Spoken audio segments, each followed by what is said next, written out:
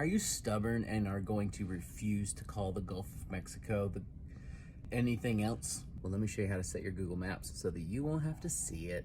Hi, I'm Matt. I'm a geoscientist and digital cartographer, and I make a lot of maps. Google Maps is a tool I don't use very often, at least not professionally, but I do use it frequently, and one thing I cannot tolerate is the idea of seeing Gulf of pop up on my screen.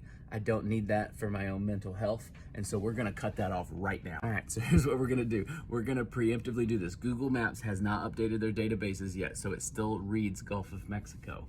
But what they're gonna do is they're gonna set this where it goes with your language. In Mexico, the Gulf of Mexico will retain the actual name, still the Gulf of Mexico.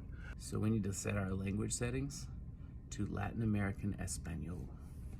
All right, let's do this. So go up here, open here. You're just gonna go down to language. It's gonna pop up. Unfortunately, you only get English United States. If the Queen's English popped up, you could have chosen that. But right here, we want Espanol, Latin America. It's gonna rethink everything. If you're like, hey, Matt, I don't speak Spanish. Well, look, the names are still, that's the names of the things. So it still retains those names.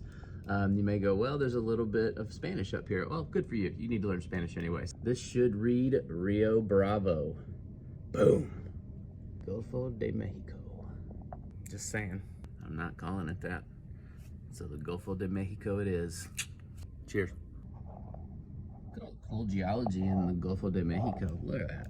Those are cool. Those are salt domes coming to the surface right offshore Mississippi, Louisiana, Alabama.